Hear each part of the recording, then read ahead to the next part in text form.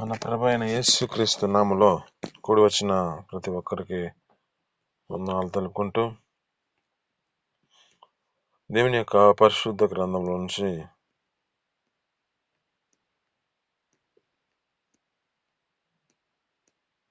Mark సువార్త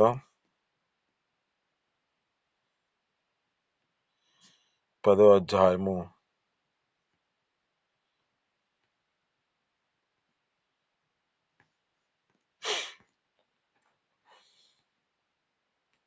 ఇక్కడ మనం చదువుకుంటే 17వ వచనం మనం చదువుకుందామండి. మార్కు సువార్త 10వ అధ్యాయము 17వ వచనం.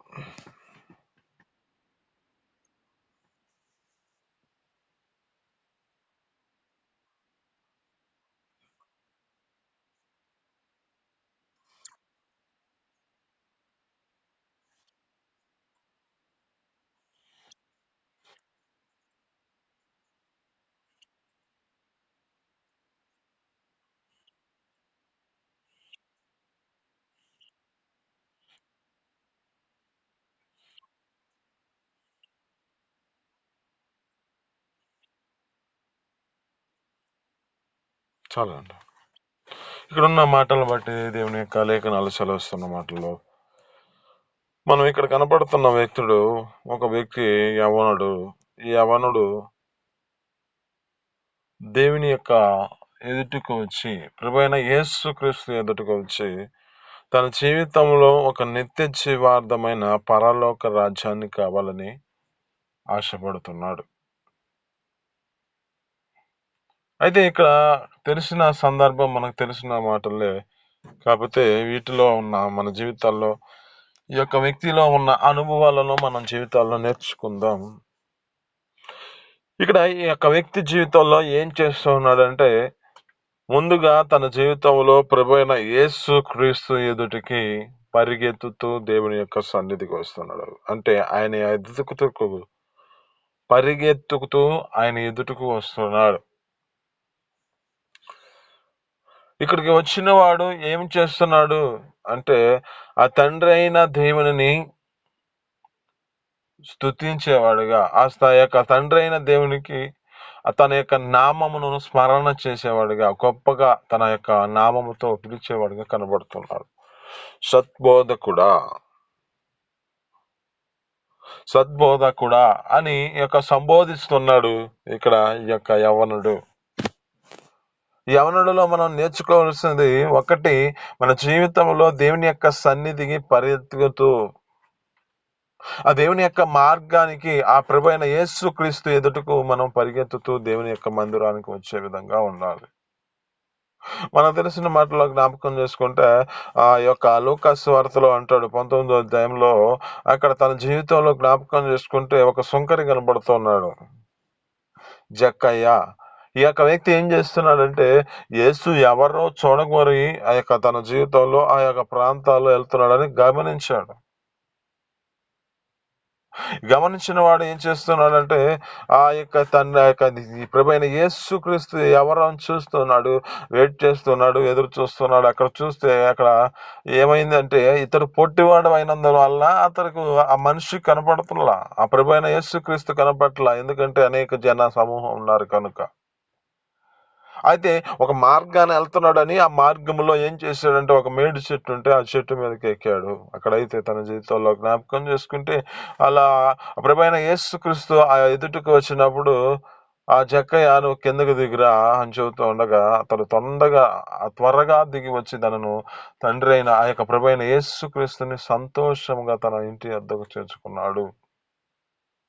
ఇక్కడ మనకు కావలసిన మాటల్లో జ్ఞాపకం చేసుకుంటే, ఇతడు దేవుని యొక్క సన్నిధికి వచ్చిన వాడు కాదు. అంతకుముందు అతడు దేవుని యొక్క మార్గంలో నడిపించబడిన వాడు కాదు. అతడు సుంకపు గుప్తాదారి. అంటే అతడు ఒక అధికారిగా నిలబడుతూ అతడు అనేక మంది యొద్ద పన్ను వసూలు చేసేవాడుగా ఉన్నాడు. ఈ పన్ను వసూలు చేసేవాడు కూడా అన్యాయంగా వసూలు చేస్తూ ఉన్నాడు. కానీ ఇతడు తన జీవితంలో ఏం చేస్తున్నాడంటే, సంతోషంతో ఆ దేవుని ఎదుటికి, ఆ ప్రభువైన యేసుక్రీస్తు ఎదుటకు పరిగెత్తుకుంటూ తన జీవితాల్లో ఆయనని ఎదుకుతూ తన జీవితాన్ని నడిపించబడిన వ్యక్తిగా కనబడుతున్నాడు. మన జీవితంలో కూడా ఆ ప్రభువైన యేసుక్రీస్తు ఎదుటకు మనం పరిగెత్తుతూ దేవుని యొక్క మందిరానికి వెళ్ళేవారుగా ఉండాలి. ఆ ప్రభువైన యేసుక్రీస్తు ఎదుటకు రావాలి. రెండోది, మన జీవితాల్లో ఏం చేయాలంటే ఆయన నామమును మనం స్మరించుకునేవారిగా, ఆయన నామమును మనం గొప్ప చేసేవారుగా, ఆయన యొక్క నామాన్ని మనం స్తుతించేవారుగా ఉండాలి. సద్బోధకుడా, మంచి బోధకుడా,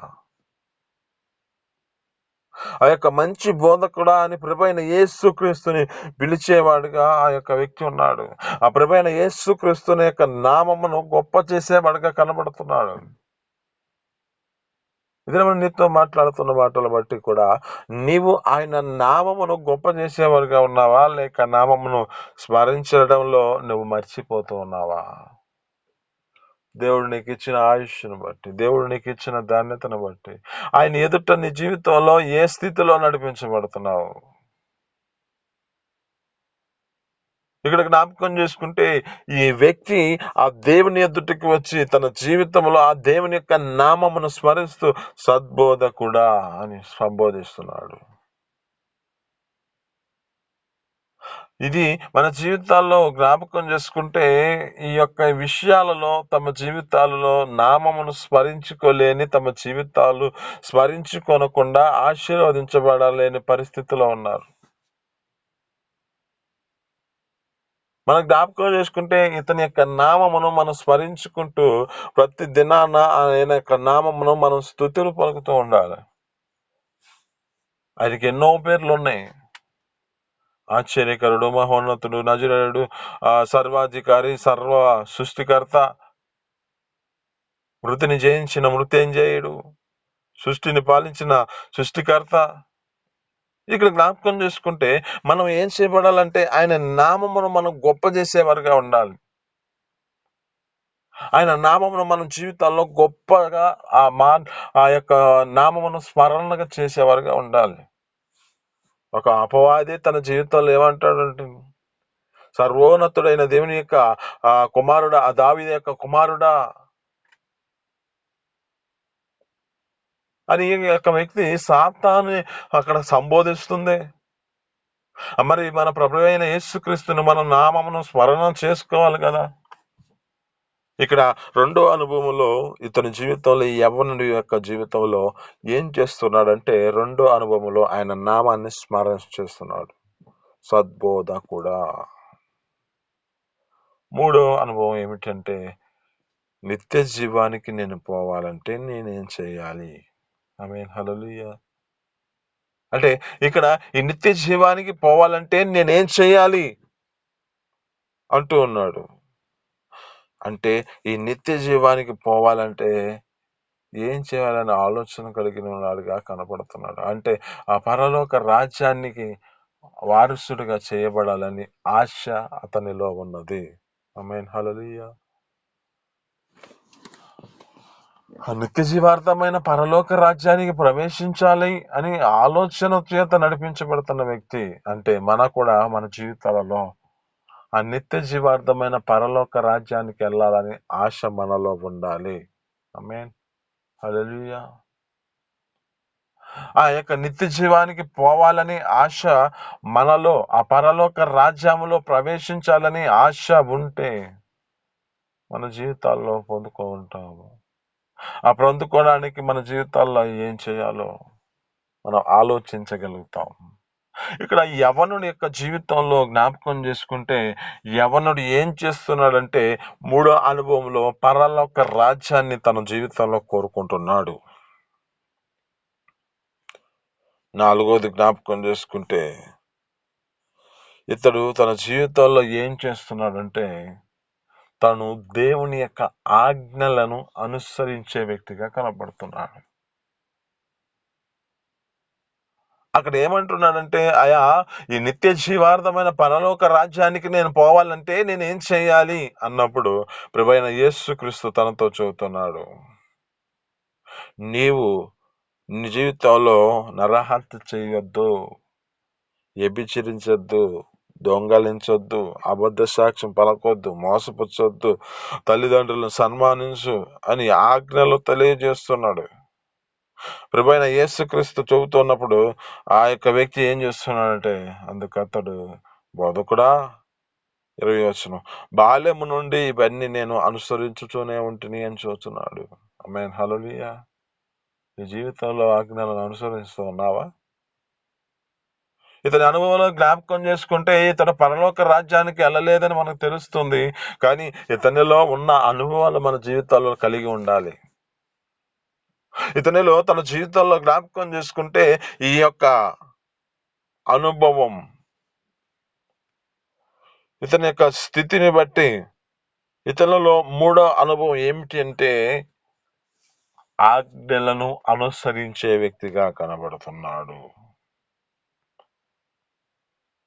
ఆజ్ఞలు అనుసరించే వ్యక్తిగా కనబడుతున్నాడు. ఈ స్థితిని బట్టి జ్ఞాపకం చేసుకుంటే ఇతడు ఏమంటున్నాడంటే, ఇతడు నేను బాల్య జనము నుంచి నేను వీటిని అనుసరిస్తున్నాను అని చెప్పగలిగిన వాడిగా తన ధైర్యముగా తన జీవితంలో నడిపించబడుతున్నాడు. మరి మన జీవితాలలో ఏ విధమైన స్థితిలో నడిపించబడతాం? ఏ విధమైన పరిస్థితిలో ఏ విధమైన మనుషుల జీవితాల్లో ఏమంటారంటే, నేను అన్ని విషయాల్లో బాగానే ఉన్నాను గాని అన్నకాడ వస్తుంది ప్రతి మనిషికి హాని. ఈ యొక్క పరిస్థితిలో జ్ఞాపకం చేసుకుంటే 10 ఆజ్ఞలలో ఏదో ఒక విషయంలో తప్పిపోతున్న పరిస్థితి కనబడుతోంది. కానీ ఇతని యొక్క స్థితి జ్ఞాపకం చేసుకుంటే బాల్య జనము నుంచి నేను వీటన్నిటిని అనుసరిస్తున్నానని చెప్తున్నాడు. చెప్పగలిగిన ధైర్యం ఆ యొక్క వ్యక్తికి ఉంది. మరి దేవుని యొక్క మందిరానికి వెళ్తున్నప్పుడు నీ జీవితంలో ఆజ్ఞలను అనుసరించి జీవించగలుగుతున్నావా? లేక వాటిని విడిచిపెట్టి తిరుగుతున్న పరిస్థితి ఉందా? సరే, ఇక్కడికి వచ్చేసరికి తన జీవితంలో ఏవైనా పరిస్థితి కలిగి ఉందో మనం జ్ఞాపకం చేసుకుంటే, ఈ యొక్క వ్యక్తి అంటున్నాడు కదా, అప్పుడు ప్రభువైన యేసుక్రీస్తు ఆ యొక్క వ్యక్తిని ప్రేమించి, 21వ వచనం, యేసు అతనిని చూచి అతనిని ప్రేమించి, నీకు ఒకటి కొదువుగా ఉన్నది, నీవు వెళ్ళి నీకు కలిగినవన్నీ అమ్మి బేదలకమ్మి ఆ యొక్క బేదలకిమ్ము, పరలోక మందు నీకు ధనము కలుగును, నీవు వచ్చి నన్ను వెంబడించమని చెబుతున్నాడు. ఇక్కడ అతని జీవితంలో చూస్తున్న మాటలను బట్టి యేసు అతన్ని ప్రేమించి, మన జీవితాల్లో ప్రభువైన యేసుక్రీస్తు మనల్ని ప్రేమిస్తున్నాడో లేదో మన జీవితాలు గమనించుకోవాలి. ఇక్కడ ఉన్న స్థితి ఎలాంటిది అంటే, అతనితో మాట్లాడిన మాటలను బట్టి అతని యొక్క జీవితంలో అతనిని చూసి, అతని యొక్క హృదయాన్ని చూసిన దేవుడు అతన్ని ప్రేమిస్తూ ఉన్నాడు. అతనిని ప్రేమించే అనుభవంలో తన జీవితాన్ని నడిపించుకునే వాడిగా కనపడుతున్నాడు. ఆమేన్, హల్లెలూయా. ఈ యొక్క 4వ అనుభవంలో మన జీవితాలలో ఆయన చేత మనం ప్రేమింపబడే వారిగా మన జీవితాల్లో వెంబడించాలి. ఇతడిని జ్ఞాపకం చేసుకుంటే ఇతని యొక్క స్థితి ఎలాంటిది అంటే, ఇతడు ఆస్తి గలవాడుగా కనబడుతున్నాడు. ఇతడు తన జీవితంలో ఆస్తి గలవాడు కనుకొని అతనితో హృదయంలో తన జీవితాన్ని ఎరిగిన దేవుడు అతనితో మాట్లాడుతున్నాడు. కానీ ఇతడు ఏం చేస్తున్నాడంటే, ముఖము చిన్నబుచ్చుకొని దుఃఖపడుచు వెళ్ళిపోయినని చెబుతుంది. మరి ఇతనిలో మంచి అనుభవాలు కనబడుతున్నాయి. కానీ ఇతని యొక్క హృదయము ఒకటి కొదువైన పరిస్థితి. ఒక్కొక్క మనిషి జీవితంలో ఒక్కొక్క విధమైన స్థితిలో నడిపించబడుతూ ఉంటాడు, కానీ ఒక విషయంలో తప్పిపోతున్న పరిస్థితి ఉంటుంది. ఒక విషయంలో మనుషుల యొక్క జీవితాల్లో అవిధేయతకు కారణమైన పరిస్థితి కనబడుతుంది. ఏదో ఒక విధమైన స్థితి మనిషిని పతనానికి తీసుకెళ్ళడానికి అపవాది వేసే ఒక బాణం ఇదే మనిషికి వస్తున్న స్థితి. ఇది ఈ మనిషి జీవితంలో ఏ విధమైన స్థితిని తీసుకెళ్తుందంటే సమస్త విధమైన కీడులోనికి తీసుకెళ్లే పరిస్థితి తీసుకొస్తుంది ఈ అవిధేయత. అందుకే అంటాడు కదా, ఒకడు 9 ఆజ్ఞలు గైకొని ఒక ఆజ్ఞ విషయంలో తప్పిపోతే ఏమి ప్రయోజనం, ఏమి లాభం? మనం జ్ఞాపకం చేసుకుంటే ప్రసంగి గ్రంథంలో 10వ అధ్యాయంలో అంటాడు కదా, అక్కడ అంటున్నమాట, ఒక బొక్కావాని యొక్క తైలంలో చచ్చిన ఈగల పడుట చేత అది చెడు వాసన కొడుతుంది అంట. కొంచెం బుద్ధిహీనత తనకున్న ఘనతను మహిమను తేలగొట్టే పరిస్థితి వస్తుంది. నీకున్న ఒక ధన్యత, నీకున్న ఆ యొక్క మహిమ, నీకున్న ఆ ఘనత నీ జీవితం ఉన్న దాన్ని బట్టి నీలో ఉన్న ఒక బుద్ధిహీనతమైన పరిస్థితి ఉంది, అది నీ జీవితంలో అది ఉండకుండా తేలగొట్టే పరిస్థితి వస్తుంది. ఇకనైనా నీ జీవితంలో ఏ విషయంలో నీ జీవితం తప్పిపోతుందో, ఏ విషయంలో నీ జీవితంలో ఎంబడించాలనే పరిస్థితిలో ఉన్నావో గమనించుకో. ఇక్కడ కనపడుతున్న వ్యక్తి యొక్క జీవితంలో జ్ఞాపకం చేసుకుంటే మంచి అనుభవాలు కలిగిన వ్యక్తిగా కనపడుతూ ఉన్నాడు. దేవుని యొద్దకు పరిగెత్తుతూ వస్తున్నాడు యవనుడైన వాడు. ఇక్కడ జ్ఞాపకం చేసుకుంటే ఇంకనూ ఇతని జీవితంలో ఎలాంటిదంటే అధికారం ఉన్నవాడే, తను తగ్గించుకున్నవాడిగా కనబడతాడు. అధికారం ఉన్నవాడే దేవుని ఎదుటికి వచ్చి ఆయన ఎదుట సాగిల పడుతున్నది కూడా కనబడుతుంది. ఆయన ఎదుట ఆయన నమస్కరిస్తున్నది కనబడుతుంది. ఆయన ఎదుట తన జీవితంలో, అయ్యా సద్బోధకుడా, నేను నిత్య జీవానికి పోవాలంటే నేనేం చేయాలి అని అడుగుతూ ఆ యొక్క వ్యక్తి నడి రోడ్డులో ఆ యొక్క దేవుని యొక్క వ్యక్తిని, ప్రభువైన యేసుక్రీస్తుని ఆ మార్గంలో వెళ్ళి ఆ యొక్క ప్రభువైన యేసుక్రీస్తుని ఎదుర్కొని మాట్లాడుతున్న వాడిగా కనపడుతున్నాడు ఈ యవ్వనుడు. కానీ ఇతనిలో ఒకటి కొదువు ఉన్నది. మరి నీ జీవితంలో ఏ స్థితిలో నడిపించబడుతున్నావు? పేరుకి మంచివా దేవుని యొక్క మందిరమునకు పరిగెత్తుతూ ఉండొచ్చు.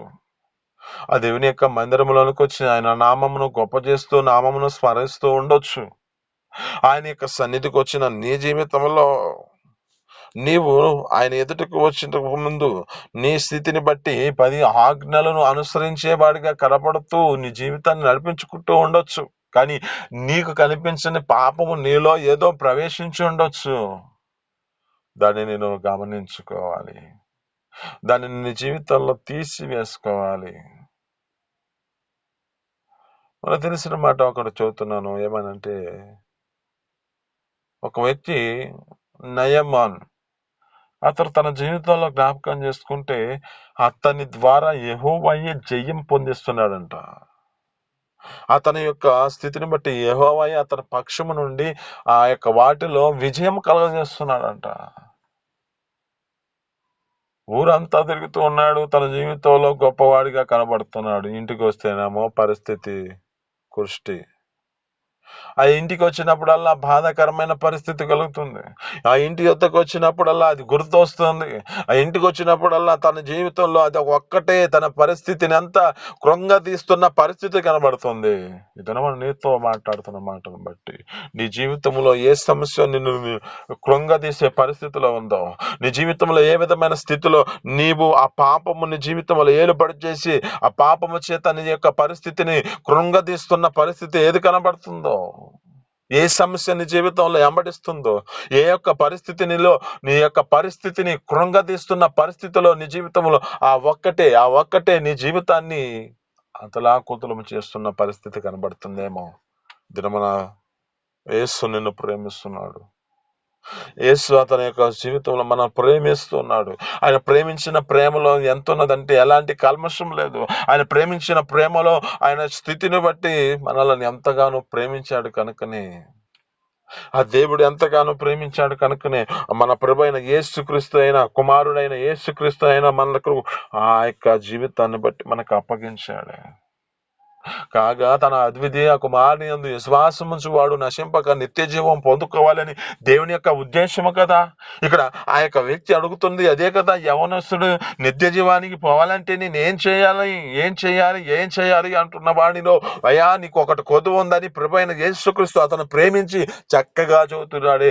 కానీ అతను మిగిలి ఆస్తి గలవాడే తన జీవితంలో ముఖమును చిన్నబుచ్చుకొని ఆ ప్రాంతంలో దుఃఖపడుతూ వెళ్ళిపోయాడు. అప్పుడు ప్రభువైన యేసుక్రీస్తు మాట్లాడుతున్నాడు, ధనవంతుడు పరలోక రాజ్యంలో ప్రవేశించట ఎంత దుర్లభము. ధనవంతుడు పరలోక రాజ్యంలోనికి ప్రవేశించట కంటే సూది బెజ్జములు వంట దూరట సులభము అంటున్నాడు. ఏ పరిస్థితిలో ఉందో మన జీవితాల్లో దేవుడు అంతగా మనం ప్రేమించిన దేవుడు నీ జీవితంలో ఒకటి కొదువై ఉన్నది. నీ స్థితిని బట్టి ఏదో నీ జీవితంలో కృంగతీస్తున్న పరిస్థితి, నీ జీవితంలో ఇది ఒక్కటే, నీ జీవితంలో నీకు తెలుసు ఏదో నేను ఏ విధమైన జీవితంలో ఏ విధమైన పరిస్థితుల్లో తీసుకెళ్తుందో, అవిధేయత ఏదో నీ స్థితిని బట్టి తీసుకెళ్తుందో జ్ఞాపకం చేసుకుంటే మనం ఈ లోకంలో మనుషుల జీవితాల్లో ఏ విధమైన స్థితిలో మంచిగా మీరు మెచ్చుకుంటూ ఉంటారు. ఏ స్థితిలో నడిపించబడుతున్నా అక్కడ ఒక మాట అంటూ ఉంటారు, ఈ అబ్బాయి మంచివాడే కానీ ఇతనిలో కోపం, ఈ అబ్బాయి మంచివాడే కానీ ఇతనిలో అనేక మందిని ద్వేషించేవాడు, ఈ అబ్బాయి మంచివాడే కానీ అనేక మందితో తన జీవితంలో ప్రేమించే మనసు లేదు, ఈ అబ్బాయి మంచివాడే కానీ ఇతని యొక్క హృదయము మంచిది కాదు. ఇది నీతో మాట్లాడుతున్న మాటను బట్టి ప్రభువైన యేసుక్రీస్తు నిన్ను ప్రేమిస్తున్నాడు. ఒక ధనవంతుని యొక్క జీవితంలో యవ్వనుడిగా కనబడుతున్న వ్యక్తిని యొక్క జీవితంలో అనేకమైన అనుభవాలు కలిగిన వ్యక్తిగా ఉన్నాడు. కానీ అతనిలో తన జీవితంలో ఒక పరిస్థితి కలిగి ఉన్నాడు. కనుక ఈ దినము నీతో మాట్లాడుతున్న మాటలు కూడా నీకు ఒకటి కొదువుగా ఉన్నది. దాన్ని సరి చేసుకో. ఆ నిత్య జీవానికి వారసుడుగా నీ జీవితాన్ని నడిపించుకో. ఈ మాటలు మీ వినికిడిలో దీవించి ఫలించును గాక. ఆమేన్. చిన్ని ప్రార్థన. పరిశుద్ధ రాజ్య జీవాధిపతి ఆశ్చర్యకరణ మహోన్నతుడ నీకు స్తోత్రాలు తండ్రి. మీ అపారమైన ప్రేమ చేత ఈ యొక్క ఉదయకాలని సన్నిధిలో మాట్లాడిన మాటను బట్టి నీ స్తోత్రాలు తండ్రి. అయ్యా మాకు నా తండ్రి ఒక యవనస్తుడైన అధికారి కలిగిన వాడికి తన తండ్రి అయ్యా ప్రభువైన యేసుక్రీస్తు ఎదుటకు ఎలా వచ్చాడో మాకు నా తండ్రి తెలియజేశారు. అటు అనుభవం మాకు కూడా అనుగ్రహించి మీ సన్నిధిలో సహాయం చేయండి. అయ్యా ఒకటి కొదువై ఉన్న పరిస్థితిలో జ్ఞాపకం చేసుకుంటున్నాం. ఆ కొదువైన మా యొక్క జీవితాలలో ఏది కొరతగా ఉందో అయ్యా దానిని మేము సరి చేసుకునే కృపను మాకు దయచేసి ఆ నిత్య జీవానికి పరలోక రాజ్యానికి ప్రవేశించే అయా అర్హతను యోగ్యతను వారసులుగా మేము చేసుకుని మీ యొక్క చేయబడినట్లుగా మీ కృప చూపించి సహాయం చేయమని యేసు పరిశుద్ధ నామమున పొందుకొని జీవిస్తున్నాం తండ్రి. ఆమేన్.